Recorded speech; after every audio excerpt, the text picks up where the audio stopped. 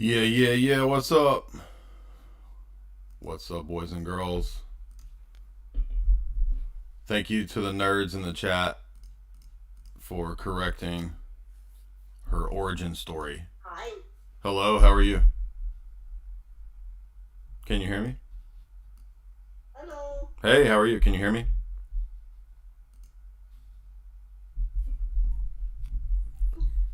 Hello?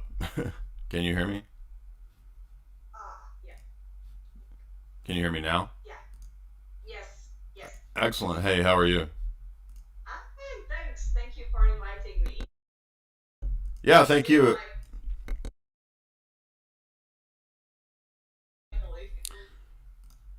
Yeah, well, you guys have all your pagan holidays, right? Yule and all of that. yes, we had. Well, I was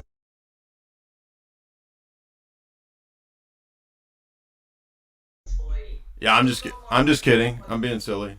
I'm kidding. Yeah, so welcome, Gita. So you do a channel, as everybody I think knows that I've mentioned in the past.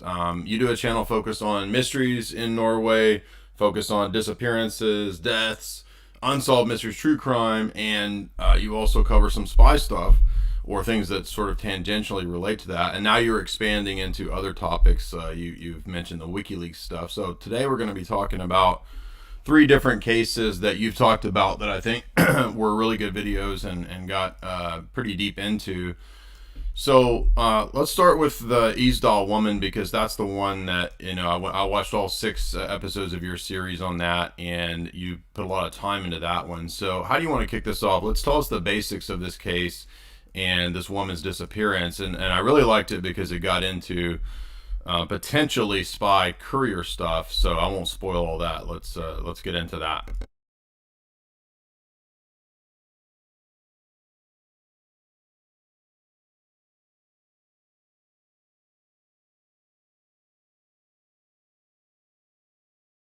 The BBC podcast. Oh, It hey, has a lot hold of. on one second. Hold on one second. I have to change the audio because Zoom always resets the audio preferences, so they won't be able to hear you. So hold on one second. Damn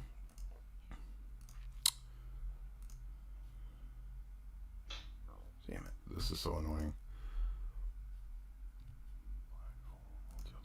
Yeah, previously I tried with my microphone and it worked, but now apparently if I add it to camera, I don't hear you. So I don't know. It has to do with Zoom, so I fixed it now. You should be good. So everybody heard me. So let's we didn't lose anything. So Yeah. let's go ahead and tell us about this case. It's good now. Yeah, so a lot of like a lot of information that I got and that helped me to understand many things was this BBC UK podcast, Death in Ice Valley. They have like a lot of information. They talk to people who are still alive, who are witnessing this case. Let's say a policeman who first appeared on the crime scene and etc. etc. So it started. So it was 1970s. And the first already interesting thing about is the location. So the murder, I will call it murder, took place in a place called Ice Valley. In Norwegian, it would be Isdal.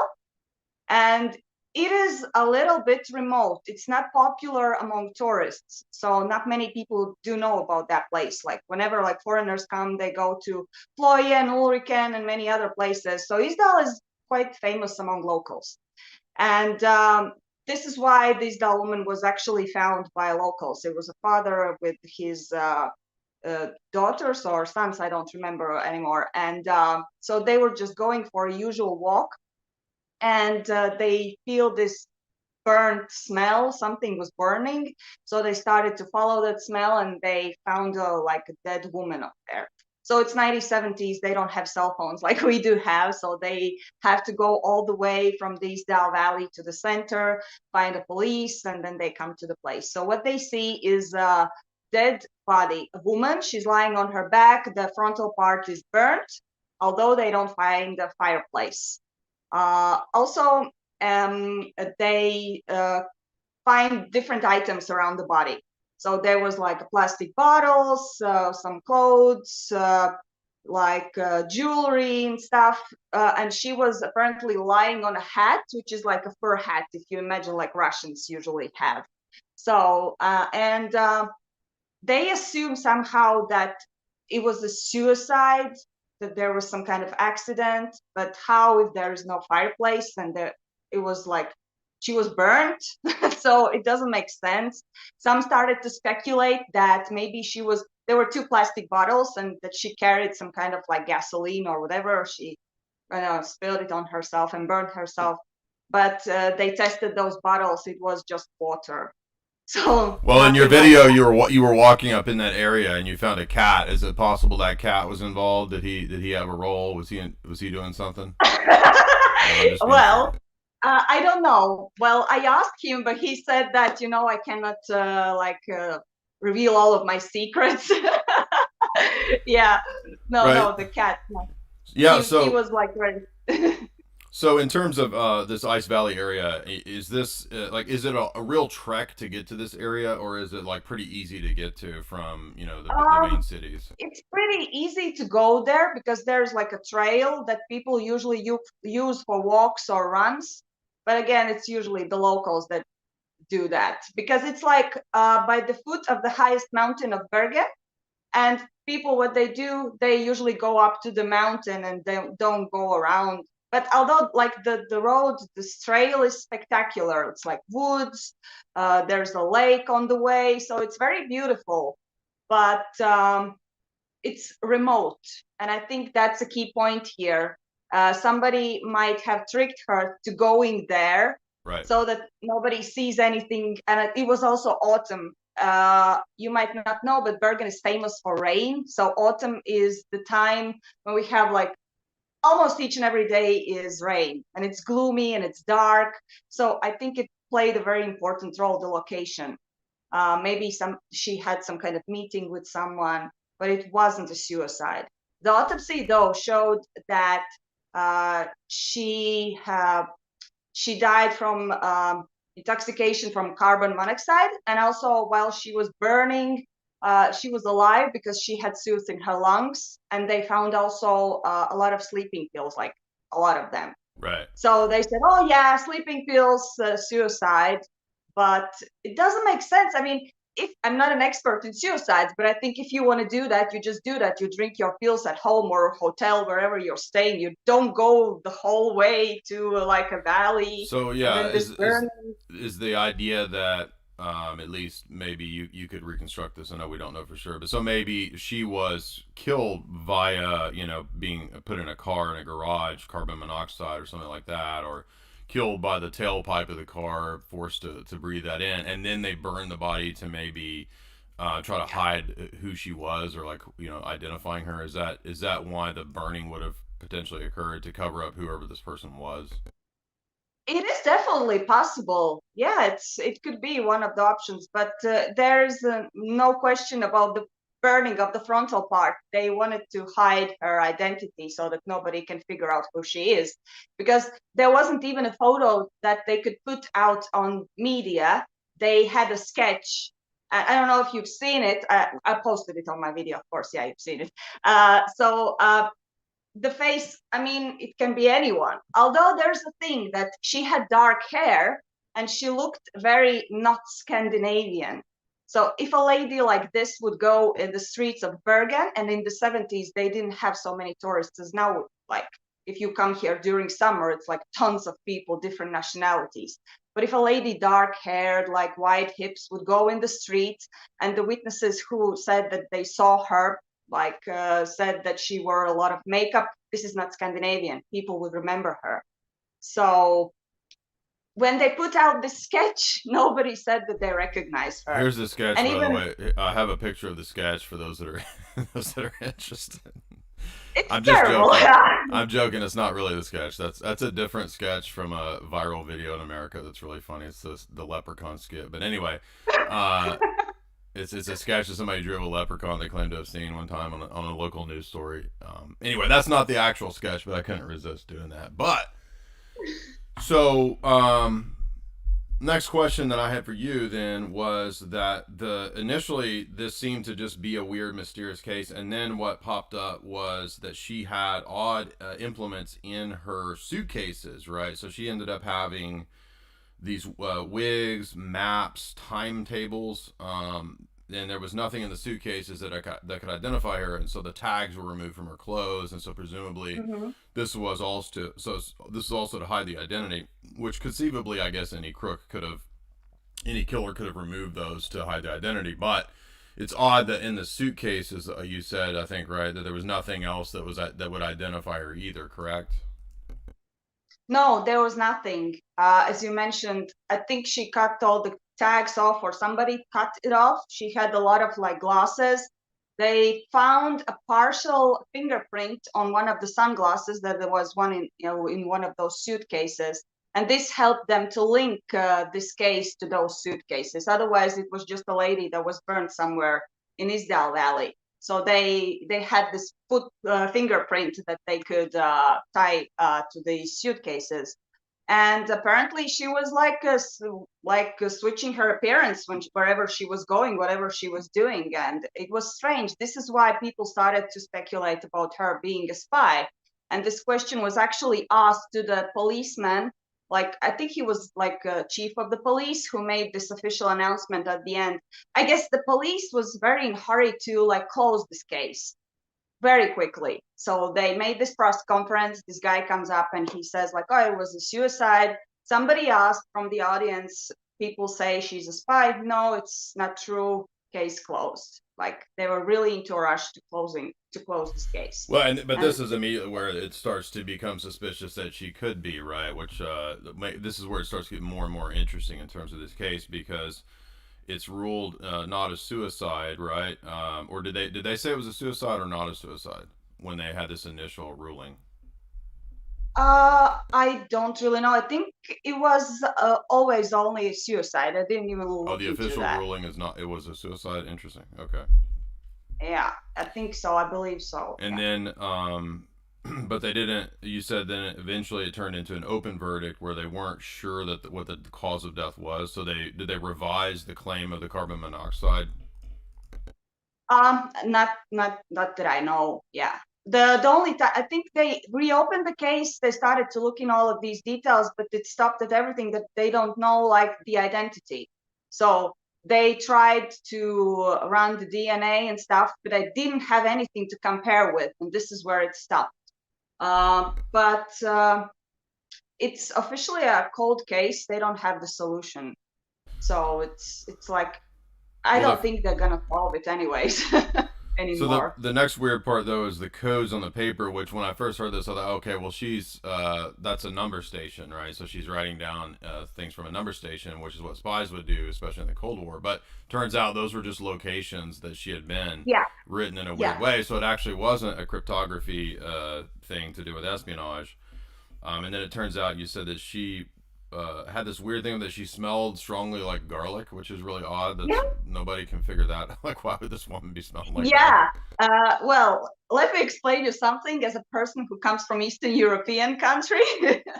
So garlic is a big thing. So when you eat, like grandma always say, if you eat garlic, you're gonna be healthy. So sometimes my grandma made a little piece of bread. She put a lot of garlic and she made us eat. And she said, you're gonna be healthy. So maybe that was like Eastern European thing that's why she smelled like garlic. And this the witness said about this garlic, it was in a other city, not in Bergen. So the investigators went to Stavanger. That's the city where this witness said about this garlic. It was a shop where this Isdal woman bought rubber boots. So she had rubber boots in one of those suitcases. I believe it was in the suitcases. And they found like a plastic package where they could link to the shop. So they went there, they asked those people who worked in the shop, do you remember any like this kind of lady, showed the picture, and they said, yes, she was there. She came in, she spoke English, although we felt that that wasn't her native language. So she couldn't choose those rubber boots. She was walking around. She went away and then she came next day back, and only then she purchased the rubber boots. question is, maybe it was intentional. Maybe she wanted them to remember her. That's why she didn't buy it on the first day. What Could was be. the what? Why did they think initially that she was French, and then later they're revising this? What was the idea that made her a French woman? I think maybe they just don't know the languages, and they were just telling whatever came first into their minds. I don't know. Maybe it sounded French with the accent because, as it later appeared, she was living in different hotels in Norway, where she was giving fake identities, and in quite many cases, she was giving out herself as a person from Belgium. And Belgium, they speak French, Right. so if she could be like half German, French, and if she's a spy, she most probably speak different Different languages, or languages, maybe she was sure. pretending. Yeah, No, also an so what option. about the weird golden teeth work? Would that suggest? I think you said something perhaps Russian. Was that something that people did at that time, more prevalent in? Yeah. So for Eastern European people, that's especially the older people, they have golden dental work, like golden teeth or silver teeth. I don't know from where it comes historically, why it is like that, but there are quite many people who have these golden and silver teeth, and she had those. In Norway, definitely nobody did that kind of dental work at those times. So could be that that's also some kind of relation to the Eastern Europe. So Um, so they that do, go ahead. yeah, but about the teeth, they did analyze the teeth later with the new technology.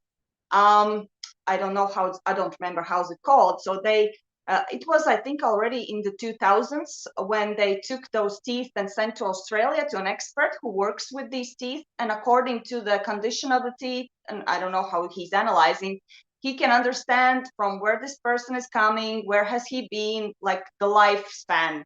And he was unbiased. They didn't even tell her that that's Isdal woman's teeth. So he analyzed and he created a map with different hits in different countries where she was born. And apparently she was born in Germany, in Nuremberg. And during the Second World War, in her teens or further, she started to move around the world, like Germany, Spain, Belgium, you just name it. So that's again an interesting thing, why she knows the languages. Uh, Also, in those suitcases, they found like money from different countries. German Deutschmarks, they found Norwegian kroner. I think it was also a Belgian currency. So it just makes sense, yeah. Yeah, And and maybe she had spent also time in Russia. right. We don't know. Like, Well, now the picture that it begins to emerge, and there's going to be some more details that speak to this, which you start to get into in the later videos, is that two possibilities that probably either she's in some way involved in espionage work during the Cold War, or she's involved in the other oldest. So the two oldest professions, right? Spy work and then prostitution. Perhaps a combination of both. She could have been a swallow operative, right? Sexpionage, which you talked about, but. So let's look at those two theories as to why this is relevant, because this is Cold War period, very hot time of the Cold War in the 1970s. And tell us why Norway is such an important location for this time period, especially in regard to NATO. yeah. So in general, an important thing that people have to understand is that in the north there is Kola Peninsula, which is a very important military base for Russia. So they have everything there: the submarines, they build guns, they have everything, just name it. And it borders with Norway. And I guess the main road to the Atlantic from there is like along the Norwegian border. So there's that. Bergen during that time would be very appealing, just because they, in the 70s, they moved a very important naval base nearby Bergen. So during the day, there were exercises for NATO. So military from different countries came there. So they did their exercise during the day, and maybe in the evening they wanted to go out to like hang out with local people, maybe go to bar or just entertain themselves. And this is where you most probably would meet a nice, beautiful woman. And when you are a little bit under influence, you start to talk maybe a little bit too much. So this is where this kind of older profession would Right. be very useful. Yes. And also nearby Bergen, around 200 kilometers. I don't know how is it in miles. Sorry for that, but it's like a couple of hours drive from Bergen. There's a place called Stavanger, and they were working on this project called Penguin, which was an anti-ship missile. So it was a new technology. Nobody talked about it. It was a complete secret. So maybe that was also a thing why she was hanging around there. So when I was saying about this BBC podcast, those journalists, they found old papers from the investigation case, and they found that there has been a witness in Stavanger who actually had seen a beautiful woman meeting late in the night, one of the military guys, Yes. like by the port. So it just makes sense.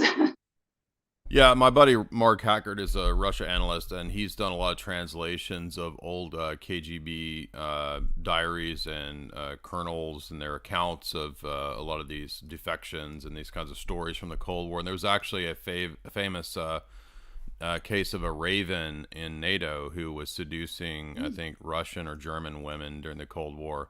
So that it goes both ways. I mean, obviously, I think the female sex operatives are more prevalent than the male ones, but there actually was a famous case of a raven that was working inside of NATO that was, I think, a Soviet. But I'll send you that story later. It's a pretty fascinating story. Yeah, but thanks. so Yeah. this is very common in this time period, so people should know about that in terms of people in my audience.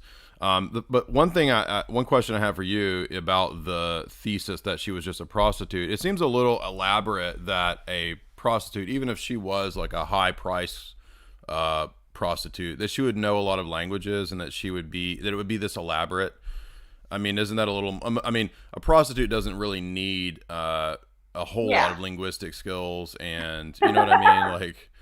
Yeah, she just have to know body language, Right, I guess. Yeah. So I think that speaks more to the courier thesis, that, in my view, and so who we don't know who this. There was a fisherman, right? The story is that a fisherman saw this woman. Do we know for sure that was this woman, or is just possibly her? Possibly. Actually, this story is like, you can believe it or you can not. I don't know, because when they found this paper that there was this witness, so they followed the lead. They went to see this guy, this fisherman, but he was already dead. They found his son, and then he told this crazy story that his father never really wanted to talk about what he saw there on that evening. And when he saw that, he told the police about it. And then there was this weird event, like on the same year they went on a Christmas holiday, and he remembers vividly that they were all like standing on a train station, and some guy just came and called his father, gave him a knife and a shotgun, and said something. And his father was like so crazy scared all the holidays. They went to London, so he felt like maybe that was kind of like a policeman who suggested to protect the family because something might happen because he knows too much. But then again, in those papers, the official papers, all of the story is not mentioned. It's just what the son said. So the only thing that is on the paper of the police from the witness, that the fisherman witness who said, is that he saw a woman there. So it's also like very tricky. It's sad that this fisherman is not alive. But what would be the reason for the son to lie again? I don't know. But yeah, that's what he told, that he recalls his father telling. So the next curious element would be the fact that you said the secret police of Norway had actually been investigating the case, but they didn't want people knowing that they were investigating this, right? Yeah, so it's called Kripos here in Norway, the secret police, and usually they call them when the police cannot handle things themselves, when it goes too far, or maybe it's like spies or whatever. Like all of the time when the case was investigated and whenever something happened, they denied their involvement. Only, I guess it was in the 90s, on the beginning of 200s, that they said that yes, they were involved, like they were open about it. So it's weird. So there was something a little bit more than just a simple suicide or like a woman who died in a Yeah, right. Isdal. Why would they be involved if it was just, Yeah, a random sort of yeah, prostitute being killed or something? And then so it turns out that the mysterious codes that she had written weren't really codes; they were just places that she had visited. But it was an odd way to record, yeah. places that you had visited, and that led to the thesis that she was perhaps a courier, and so there would have been an espionage connection, and that, but not an outright operative or asset. She would have just been perhaps, and that could be a great position for a prostitute, right? A prostitute would be a great courier, potentially. So the thesis that she was an outright spy, you said that there was an interview with a former KGB guy who had defected, who had studied in the Andropov school, and his thesis was that she was not an outright trained operative, but perhaps something else. So yeah, so these BBC journalists, they went, I guess his surname was Vasiliev, Mr. Vasiliev, they referred to him. And they gave all the information they gathered for him just to look at it and like tell what he sees there. And he said for sure, like 100%, she's not a spy. Because if it was a spy, let's say, for example, from Russia, she would not smell like garlic. She would smell like Chanel No. 5. And she would have one identity. She would keep that legend alive, like Right. 100%. She would not have like 7 identities, 7 names. She would have a valid passport because all the passports and ID numbers that she gave in the hotels where she stayed, like the police checked, like they called Belgian government and everything they did. They said those people don't exist. A real spy would have a real identity of a person that has already died or they have killed. So all of that just doesn't make sense for him as a former KGB agent. What he suggested is that, yeah, she was this courier. So there is a spy who works on the field, and apparently that person has to keep the legend, stay around, and like talk to people, collect information. Doesn't have time to go to the person who is like ordering the information to other countries. Sorry. So there is someone who comes and like meets the spy on the field, picks up the information and brings it to the person of interest. So Yeah. it actually made a lot of sense for me. And that's why I strongly believe that she most probably was a courier than just Yeah, a simple absolutely. spy. Yeah, makes perfect Yeah, and sense. also I think when they did the analysis of her teeth, they concluded that her age was around 35, 45. So she wasn't a young. So if she was like doing the sex espionage, she might be younger. So her age, I think, was also of importance. That would signify that she wasn't really like doing seducing things and stuff. That's how I feel. Oh, I see what you're saying. Yeah, like she was a little older than would have been Yeah. normal for that kind of thing. Yeah, so that's a really fascinating story. And for those that don't know, we've covered a lot of these Cold War espionage stories over the years, especially in regard to the interviews that we've done with Mark. And Mark points out that the way the Soviets did their illegals operation is that it was very meticulous. So when they would place an illegal in another country for that long-term kind of situation, they would learn the culture and have one consistent legend that they lived for many years. And so they might be living in another country for 10 years before, they actually start to before they're activated to do whatever they need to do. So the only two countries that do illegals operations that are that intricate are the U.S., or excuse me, the Soviets in the KGB director at S and Mossad. That's it. Those are the two most extreme long term. So in other words, if it was a KGB Soviet, it doesn't fit that profile. And what you said backs up what Mark Hackard says. But it doesn't rule out all cases of espionage because, like you said, this is a very strategic location during the Cold War in regard to the Russian base.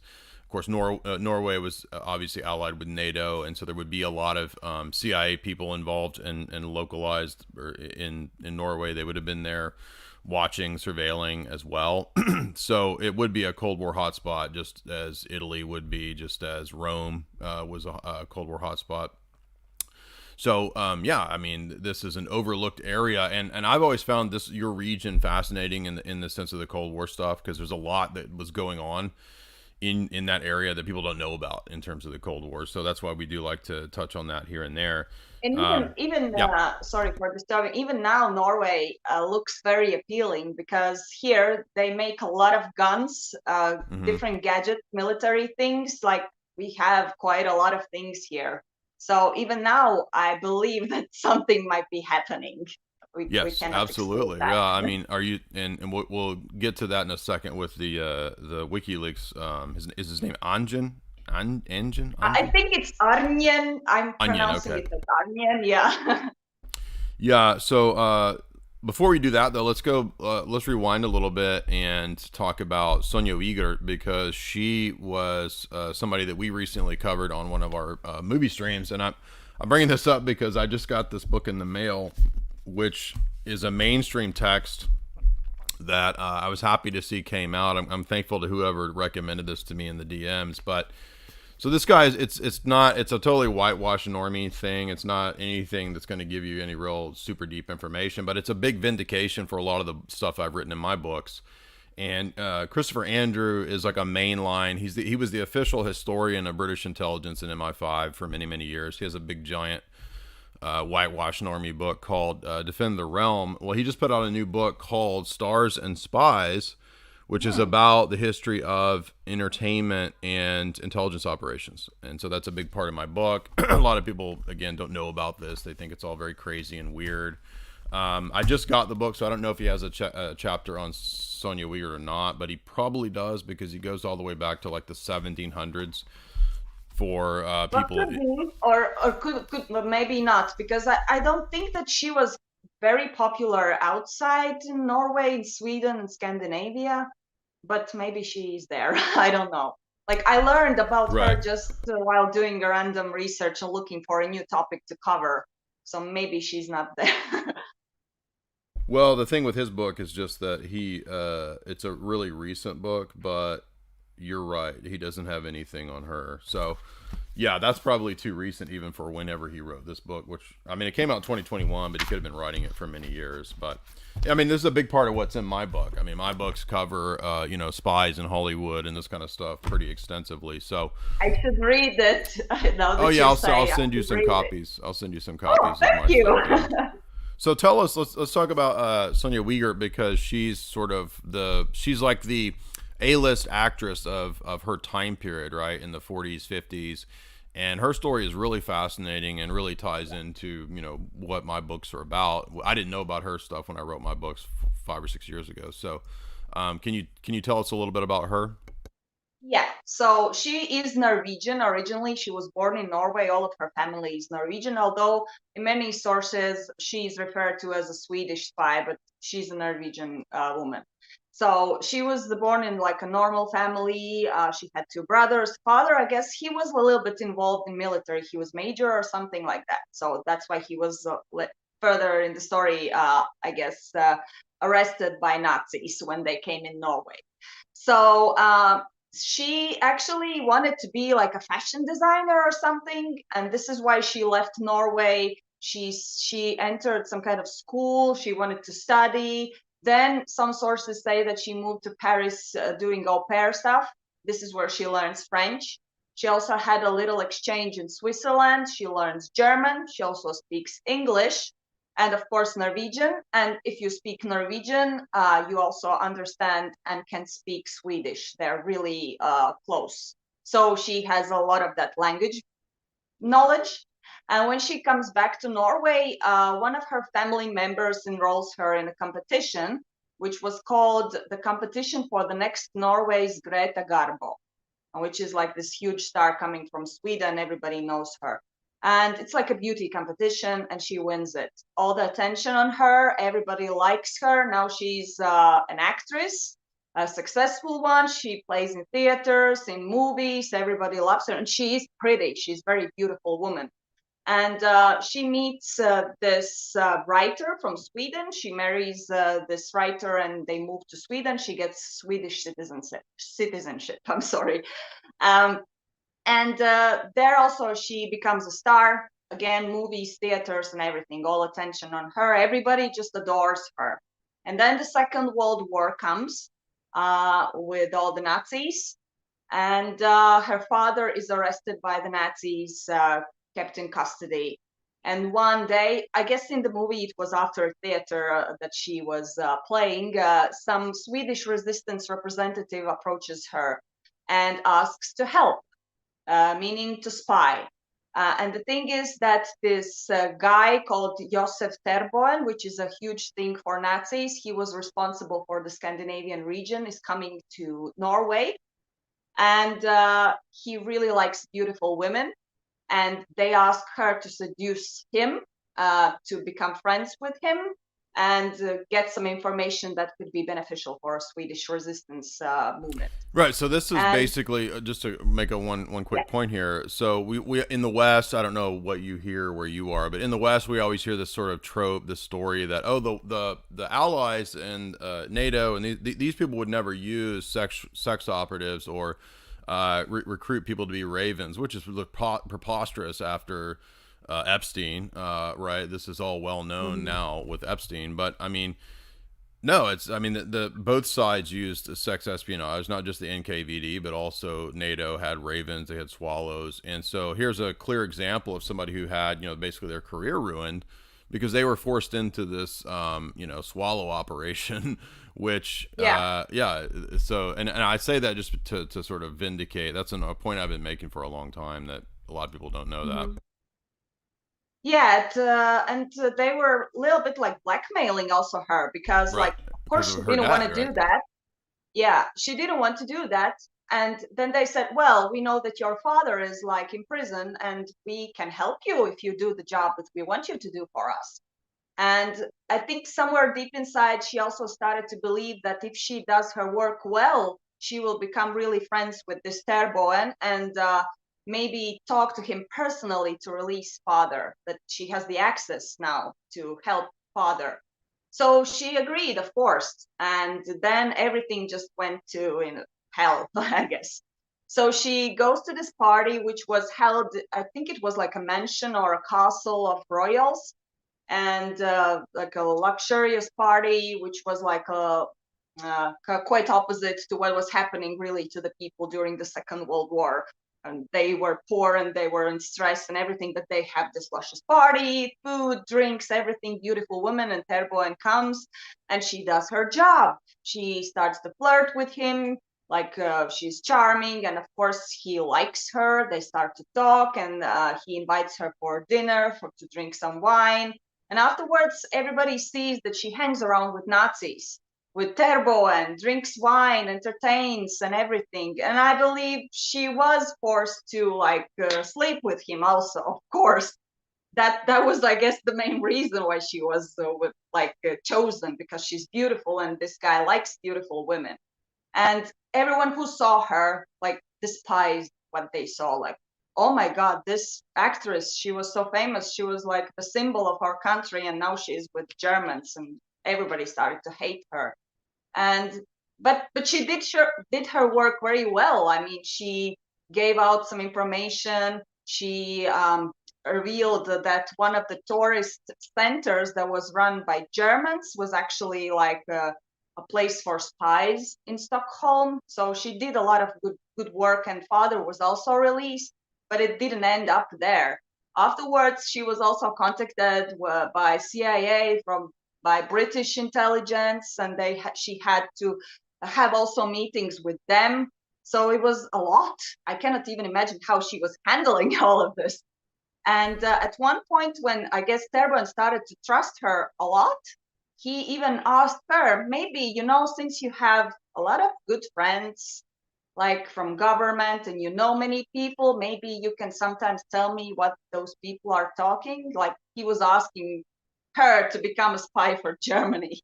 So it was like a double even at one point. Double agent almost. So it's so crazy what she was going through. But I mean, and if people haven't seen the movie, I recommend watching it. It's really good. Yeah. and it shows her basically this ends up kind of ruining her career because you can't be, you know, the top actress at the same time as everybody No. thinks you're sleeping with all the SS guys. So this ruins her Yeah. career. And then you know, she kind of she was in infamy for a long time until now. I guess all of this is declassified, and then it comes out that, you know, this is basically she was forced into this. And I say this just because it ties into so many other cases and theories that we have on my channel about other celebrities who might have had similar situations come about in their life. I mean, Yeah. we did a video. I should have sent you that video, but you know, so many famous A-listers in America, in Hollywood, and in Europe, they were knowingly recruited into spy work, or Mm. perhaps even forced into it as well. Jimmy Stewart, Errol Flynn, Cary Grant, John Huston, Julia Child, presumably Ben Affleck, Jennifer Garner, because of their open working with the Wow. CIA. Yeah, I mean, they openly work in terms of like Jennifer Garner openly does PR. She's done PR for CIA back since she stopped doing the TV show Alias. Coco Chanel was a Nazi spy. Christopher Lee was an RAF assassin. Walt Disney, Ian Fleming, famous cases. Frank Sinatra worked with the FBI. So Even Walt Disney. yeah, Disney worked. Seriously. Walt Disney worked hand in hand with the military-industrial complex. I mean, you go watch all those old Disney cartoons. They're a bunch of war propaganda, and that was all part of promoting the military-industrial complex war propaganda establishment. So, and on and on and on. Audrey Hepburn, she worked with the resistance, so she helped the anti-Nazi resistance, for example. So Marlene Dietrich, she did spying and worked with the Oh OSS. yeah. So basically, Yeah. everybody who was ever like a huge A-lister in some capacity was connected to the espionage world, which is fascinating. Yeah, I'm just like thinking, who would voluntarily agree to that? So this just leads Well, me to think that right, most probably they collect some kind of information, like to like force those people into doing that. all the above, That's what yes. I'm thinking. Well, I think in America, like in the 50s, 40s, and 50s, there was a lot of intense patriotism. So, for example, in the case of Jimmy Stewart, he was a Air Force badass. Like he was this really famous, skilled pilot, and he had flown all these missions. He'd won all these military awards, and so when they approached him to make movies for the FBI to promote the FBI at that time, you know, they told him, "Oh, you know, we got to root out all the communist spies." And so I think that he was such a patriot, sort of Americanist at Mhm. heart, that he probably did it out of, you know, desire to, yeah, we got to save America, right? He probably, oh, we're gonna save America, right? So he probably believed the stories, right, and the propaganda in terms of how the commies were going to take over America and all this stuff, which I think was exaggerated. There were communists, but I think a lot of that was exaggerated. So yeah, I mean, it's just there's endless stories, and stuff keeps coming out. This is what people don't realize, is that in the last few years there have been biographies and declassified things about famous actresses that were spies as well. There was a famous model who was sent by the OSS and then later by the CIA to marry the wealthiest count in Spain. She's called the Countess of Romanones, and she was actually working for the OSS. Her name is Eileen Griffiths, and her story just came out. It was just declassified. So this is a very common thing, and something that we cover a lot on my channel. So Yeah. anyway, I ramble all day about that, so I'll shut up about that. But No, it's all interesting. I would love to well, listen that's to how I that. came across your videos, was researching these topics of actors, actresses, and unsolved spy cases, because we also cover a lot of serial killer stuff over here. And I know we didn't talk about specifically doing this topic, but before we get to Arnjen, could you did a video on a Nordic serial killer, which I'd never heard of, so that one was new to me. Would you mind talking about that? Do you remember any of that one? Nordic serial killer? Oh, I don't recall. The last one that I did from Finland? Oh, maybe it was a Oh. Finnish serial killer. I just saw the video title. I didn't get to the video yet. Yeah, yeah. So it's not even clear if it's a serial killer Oh, okay. actually. So it's like a case that dates back, I guess it was also in the 40s. So a girl was murdered in a weird circumstances nearby her house. But the weird thing is about that at the time when this murder took place, it appears that there were many people around, like either cleaning snow or something, and nobody heard anything. So that's weird. And apparently, according to all of the circumstances, the murder would have happened in like 5 to 6 like minutes or so, but nobody saw anyone. So that's weird. And she was cut in her face and everywhere there was blood all around, but they never found the killer. And then when I started to look into this case, if you watch the video, you're going to see all the details. But it appears that like 10 or so years ago, similar case happened like 700 kilometers away from this place. And then after this girl was killed that I was at the beginning making the video of, like a couple of years further, like 3 girls out camping were killed in a similar way. And then they arrest the guy who kind of looked like he could have killed those 3 girls. And they started to tie also those previous cases to him, but he hanged himself.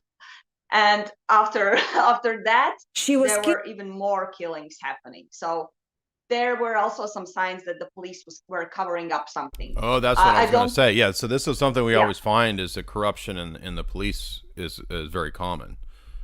Yeah, because 2 policemen allegedly were walking around saying that, oh, well, what are you doing today to change your image? We're going to tell everyone the real truth. They were covering up a person.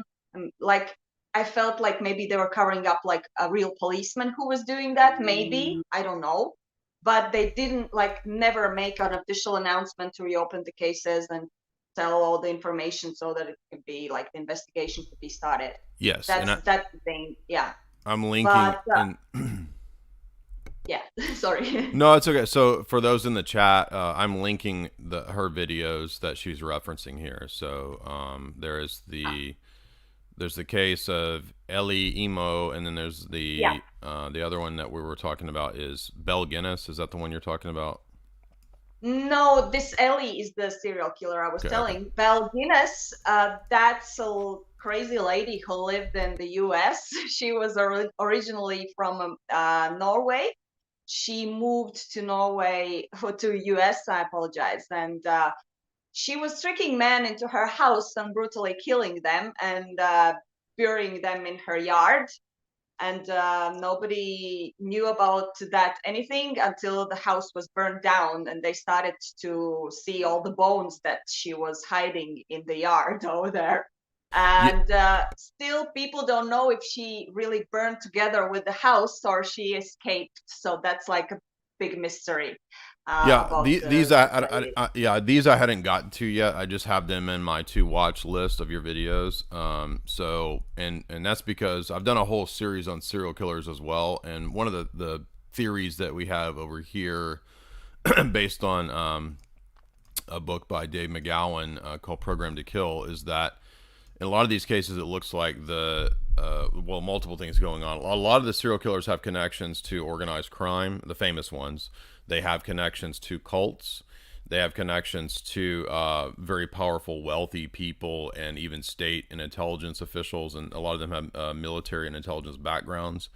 So there's some people are theorizing that due to recent information that's surfaced, particularly in regard to like John Wayne Gacy, and that he was part of a network, which is now confirmed, with Dean Corll, I think, the Candyman killer in Texas. So they were actually part of a network. And not only that, Gacy's network connects to other serial killers as well. And at the same time, it turns out that Berkowitz's network is also that he was involved with the Children of God, the Children cult, which is an offshoot of the Process Church, the Final Judgment, that connects to Manson. So there seems to be emerging quite a few confirmed connections, and one of these was that John Wayne Gacy himself claimed to have been part of a network that was involved in things I can't talk about on YouTube, but young men being trafficked, basically, and that directly connects through a guy named John David Norman to the serial killer in Texas, the Candyman. So they were both working together with this Paskey guy who was procuring people. And this is the reminiscent of the Dutroux affair, because the Dutroux in Belgium, he was a procurer. He was procuring the young women and the kids and whatnot for these Belgian elites to have their way with, and to also basically SNUFF these people. So this is turning out to be very prominent. If you've never heard that podcast series, Clowning Candyman, I highly recommend it, because it deals a lot with this. There was the North Fox Island case, which is very reminiscent of Epstein's operation. It's almost the same model, but it was in, I think, Michigan, where they were running this camp, and it was a big blackmail operation. And for those that don't know, I did message Whitney Webb, everybody, and she did say that maybe down the road she'd be open to doing an interview. But she did her new book. Her book is out called One Nation Under Blackmail, which deals with a lot of these cases and how it's actually an organized, consistent structure. So a lot of the intelligence apparatuses, like, they use these blackmail operations to cajole people into, basically making them submit. So this is a recurring theme. That's why the Sonja Wigert case is relevant. This is what they do. So anyway, I'm not trying to deflect. It's just that there's a whole lot on all this. It's really fascinating if you make all these connections. But the next one is Arnjen Kamphuis. Yes. Yeah. And I didn't realize that you said he had interviewed William Binney, and I have to do a real quick plug, because our new sponsor on the channel, Richard Grove, over at Tragedy and Hope, over at Autonomy University, and over at Grand Theft World, by the way, Grand Theft World, he just had Whitney Webb on the other day. Whitney Webb just went on Glenn Beck, of all people. I couldn't believe that. This is like 3 million views on her Glenn Beck interview. But so Richard interviewed in a famous documentary, really high produced documentary. He interviewed William Binney like 10 years ago. So it piqued my interest when you said that Arnjen had interviewed William Binney before he went missing. And that's very relevant, because he would have been stumbling onto, like you said, knowing too much. That's exactly what's going on here. So tell us about that was my impression. Yeah. So he was like very passionate about his work. He was like called hacktivist. He was cybersecurity expert, and he was working with very high profile people. He was, for example, what I remember on the top of my head, he was working with Reuters journalists and helping them to keep their data safe so that nobody can hack them, get all the information. Also, he worked with different intelligences, not only US, but also other countries. He was doing that to understand how things work so that he can protect people from hackers and stuff like that. So he knew a lot. But the story is so weird, and I'm actually starting to believe that maybe he was kind of tricked into going to Norway, because it's outside his country, like it's quite neutral if we look like that. And then he just gets lost in the nature, which is kind of normal. But I don't think that he drowned or anything happened to him. So he announces to his friends, to his colleagues, that he's taking a vacation. He's going to Norway. His dream is to go to Svalbard, which is the northern part where you can see polar bears. It's a very touristy attraction for those who are not afraid from cold. He somehow never really goes to Svalbard. The last place where he's seen is Bodo, which is like almost like halfway to Svalbard.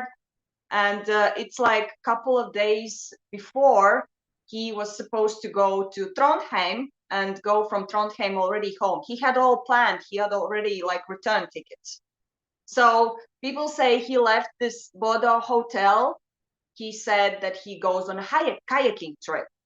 What is weird for me is that apparently he took all of his luggage on a kayaking trip, which is not logic for me. If you go kayaking, you do that, then you come back, you pick up your stuff, and then you return home.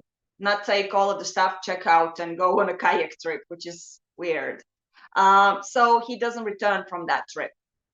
His friends back in Netherlands start to look for him because he hasn't returned.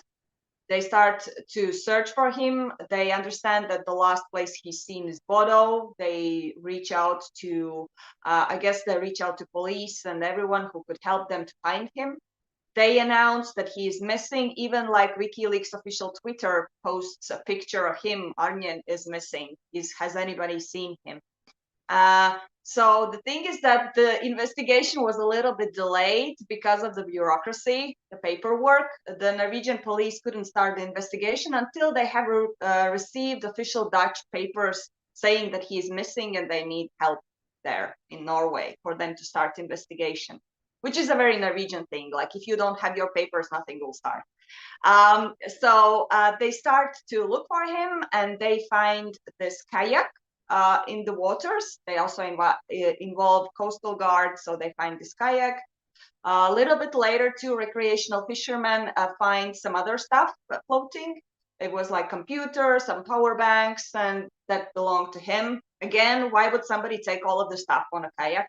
I don't understand. So they find that one, and they believe that he must have drowned or there has been some accident in the nature. The thing that his friends are telling is that he was an experienced hiker. He loved nature. In fact, he was quite usual. It was quite usual for him to take vacations where he was doing this digital detox. So he said, I'm going for a week. Don't call me. I'm going to be back in a week. And he always told where he's going, of course. So it wouldn't be anything like unusual for him to go and disappear, but he usually like told about that. And he would also secure himself from accidents because he's experienced like hiker or I don't know, kayaker, whatever activities. Now the police arrive, start to investigate, and they conclude it's most probably an accident. But then something weird happens. Couple of days after the supposed disappearance day, his mobile phone SIM card makes a signal in Trondheim. Which is, no, not Trondheim, Stavanger, I apologize. So makes a signal, but if he's dead, how could it happen? A little bit further, German police announces that this SIM card has been changed to a German SIM card already. So either somebody's using it or he's alive. That's the thing, that's the question. Also, some witnesses come out saying that they have noticed a person looking like Arnjen in Denmark, talking to two other guys, speaking in German and Dutch, where they're just like random tourists. Maybe, like, oh, I'm also speaking Dutch, or maybe they were helping him, or maybe they were kidnapping him. Who knows? Yeah. One of the options is that he created all of this story by himself. He wanted to disappear. Maybe he was scared. Maybe somebody like scared him so that he wanted to like, I'm going to disappear. They said that he could have escaped on a cargo ship because there was one during that time at the port who was actually under the Dutch flag going to Germany, passing the places where the SIM card was giving those signals. So that could be an option. Then what else? Yeah, they also found one guy who said that he was the one who sold the kayak to him. And he said that Arnjen said that he's going on a kayak trip in Norwegian fjords. What I was thinking is that I think he organized all of this just to disappear beautifully. It wasn't an accident, in my opinion. And also, there's a chance that he might be going completely other direction than Denmark or wherever they allegedly saw him. He might have given his SIM card to someone else or organized everything. He was a cybersecurity expert. He knows how to disappear. Yeah, I was going to say a hacktivist would know how to become a ghost, right? Yeah. And I don't believe that it was a murder. Because let's be honest, a killer would not do the job like this. If a killer would kill someone, he would make sure that there is a body that they could like recover and see, oh yeah, it was an accident, that's a dead body.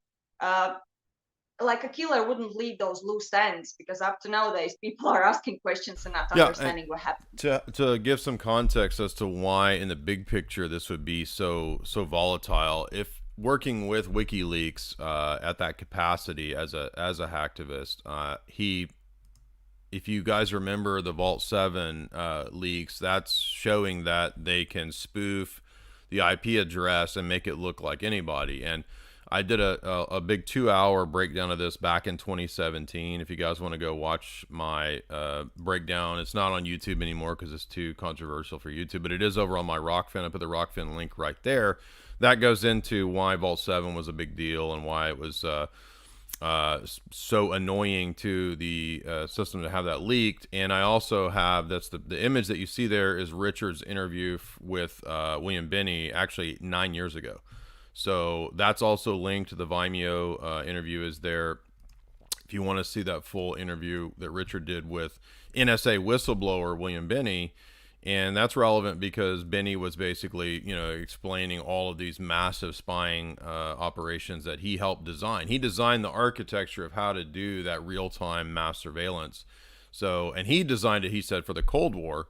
And then he said, oh, now it's being turned on everybody basically through, the NSA. So that's why that was such a big deal.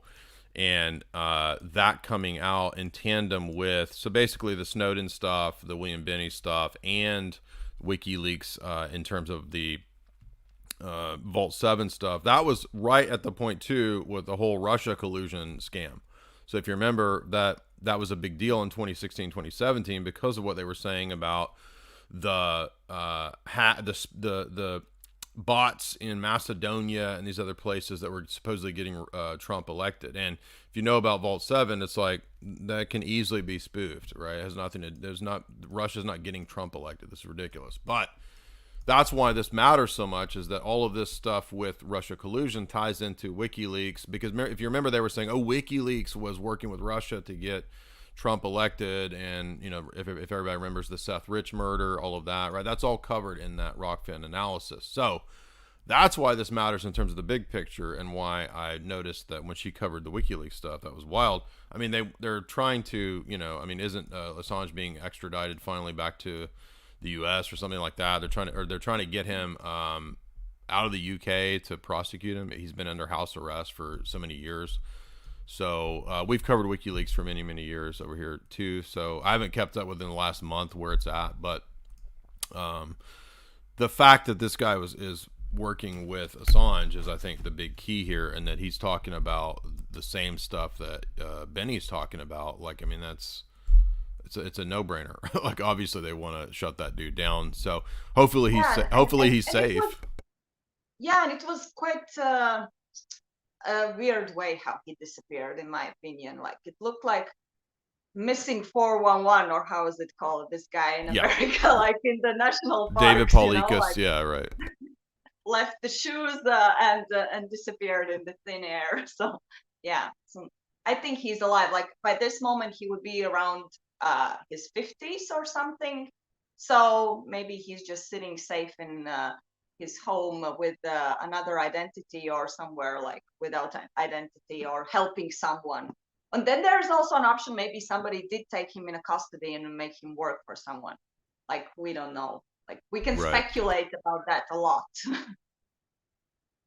All right, well, so we covered all of the ones we wanted to get to. It's been a good hour interview. So everybody, if you would, I do have her channel linked. I don't know why it kept auto-correcting her channel and I couldn't get the link right, but it should be fixed now.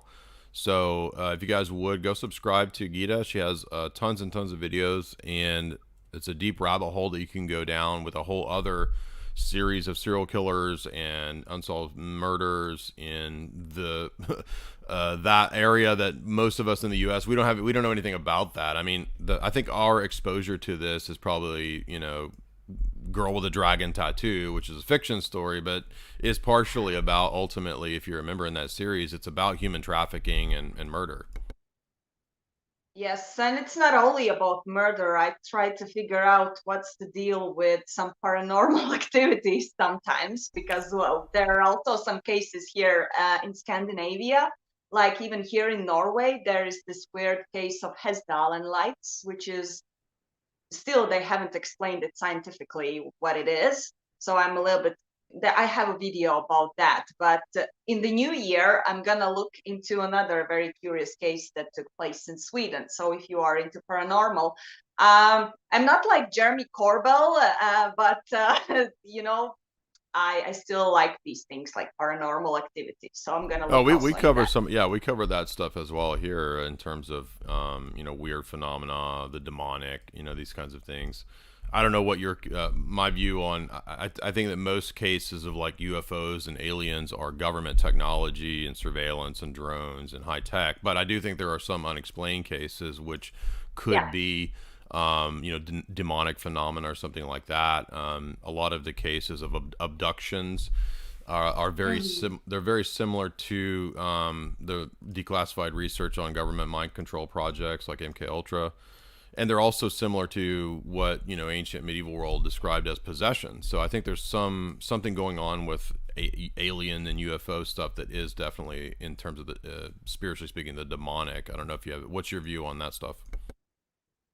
Well, I think it's a topic for another video for sure. You can talk about that a lot. Like the guy that I will be looking into in my next video that I'm making, he actually had an encounters, as he said, with aliens. It might sound like a weird story from a little like nuts guy, but he's actually he's already deceased, a successful businessman, like a millionaire in Sweden. And I mean, it's a guy who would most probably you would believe he's like a legit guy, not some nuts person. And the things that he described, apparently you can feel that something he added and stuff, but like it was in the 50s, I guess, when this encounter took place. So it was like an old case. But how he described the details, like even to an extent how the vehicle, the alien ship looked, it's like it didn't have any connections, any screws, and how it looked, like all the things that we are starting to talk about now when we're talking about alien ships and stuff. So, and it happened long time before, so that's why it's interesting. He's also saying that like he kind of saw some aliens and they were communicating with some stuff that they had in ears, not like walkie talkies or whatever, which is like AirPods now, you know. Interesting. Something. Yeah, so I'm just starting to look into that case, and I do believe that there is a paranormal. I just recently watched Jeremy Corbell's the movie documentary about Skinwalker Ranch Yeah, and stuff I like read I read that. a I read a book on Skinwalker many years ago. That's pretty fascinating. Yeah. Yes, and I just also watched about that I mentioned the missing 411 documentaries about disappearances in national parks. Apparently, there's something weird happening, and we cannot explain. And it's just Yeah. I like to research and know more about these things. So I'm also adding a little bit of that on my channel. So Yeah, that's I good. have an interesting case I'm gonna share with you. Yeah, I'll definitely check those things out. I mean, yeah, we've covered the missing 411 stuff a few times over here. I remember I watched all the David Paulikas interviews and videos and documentaries back when they came out. And somebody has a theory that I think is pretty relevant, which is that a lot of these, if you look at the underground cave systems, they seem to match up with a lot of the missing people in terms of these national parks. And so it's Mhm. possible that there is some sort of underground system of not just caves, but perhaps like that it's mapped out to kidnap people. That to me, I mean, Hmm. if you look at how many people go missing, there's an area, for example, of Alaska. It has a name. It's like the Alaskan Triangle or something like that. But it's like tens of thousands of people have gone missing in this one triangle area of Alaska, which is very bizarre. I mean, I could understand some people wandering off into the wilderness or, falling off a cliff and dying, but like tens of thousands of people in one area, like why would you have that many? And it's very similar with the missing people in, the national parks. That I think there's probably, I mean, this is my theory. There's probably something to the underground cave systems and human trafficking. And for example, where I live in Tennessee, we're right next to the Tennessee-Kentucky border, has the world's largest underground cave system.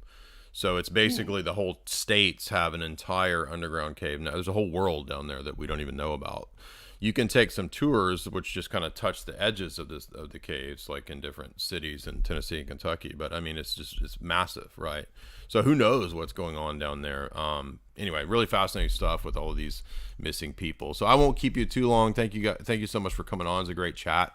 It was a pleasure. Yeah, and everybody be sure and follow Gita on her channel. It is linked. I've linked it in the chat many times there as well. And I want to remind you guys too that the show sponsor is, of course, chalk.com. This is the best supplements out there. If you want to up your toxic masculinity, I recommend getting the Tongkat Elite. Tongkat 100 peer review research proves that this will boost your testosterone. You know, I'm a very agile, active, and aggressive debater. So how do I do it? I do it through Tongkat Elite. That's how I do it. Action 2.0. That's great for boosting your energy levels. Daily overall supplementation is boosted through the daily. Our food is nutrient deficient in the West. America has the worst diet in the world. It's so terrible. You've got to fix your diet, and you've got to supplement if you want to get the nutrients that you need. And you can do that by going over to chalk.com and use the promo code J50 to get 50% off anything in the store. Literally anything, 50% off right now. Load up while you can. Irish moss, if you're a lady and you want to balance out your hormones, it's great for that. Ashwagandha, great for mental focus and clarity. Jamie takes the ashwagandha all the time. I take the Tongkat Elite every day. So head on over to chalk.com. If you want to do the recurring subscriptions, use the promo code J60Life. That's JAY60LIFE. That will get you 60% off any of the recurring subscriptions. So that just like Jeff Bezos has over at Amazon, if you don't want to keep putting the information in every month, you can just put it in one time and you get the chalk coming every month. Also want to shout out to our other sponsor, new sponsor, our good buddy Richard Grove over at Tragedy and Hope, over at Autonomy, over at Grand Theft World. Go check out those podcasts. Grand Theft World is on YouTube. It's also on Rockfin. They just did a great interview with Whitney Webb. Super duper deep information about One Nation Under Blackmail. Go follow Grand Theft World over at Rockfin. If you subscribe to Rockfin, you get access not just to Grand Theft World, but you also get access to me and everybody else's paid content on Rockfin. You get access to Richard Grove, Jason Burmis, Sam Tripoli, Eddie Bravo. I mean, we're talking big name people over there. Paul Joseph Watson's over there now. So all of the big name people that you hear about in our circles, they're all on Rockfin. Be sure and subscribe to Rockfin, but especially Richard Grove. And also, last thing, the philosophy course, a whole history of Western philosophy that we just done. We are almost done with that. Tonight we'll be lecturing on Locke, Berkeley, and Hume. And then we're only 2 classes away from being complete. And the whole course will go on sale, better than a master class, in the next few weeks. So tonight's course is Locke, Berkeley, and Hume, and we're almost done. And the links for Richard's Autonomy are also in the show description. So head on over to Autonomy University. I think I put it there. Yes, I did. So you'll see the University of Reason there. We'll be doing a lot more work with Richard, a lot more podcasts with Richard in the near future. So be sure and head on over to that. And follow Richard on Twitter as well, and on YouTube and on Rockfin. Gita, thank you so much. And thank you for sitting there through all of those promos. Oh, thank you. Thank you for inviting me and for helping me to promote my channel. Yeah, everybody. Well, you're doing good work, and I noticed all the spy stuff. I thought was really cool. So we'll maybe do another podcast down the road if you want to. Oh, sure. I'm into it. I really love talking to you. I mean, it seems like you know a lot of things that I would be interested into learning and knowing. So I'm just gonna wait for your books. Yeah, we'll send you some books. And for the guys that are interested in the audience, if you want my books, yeah, you can go to my website, jaysanalysis.com, and you can get in the shop, signed copies. All my books are signed copies.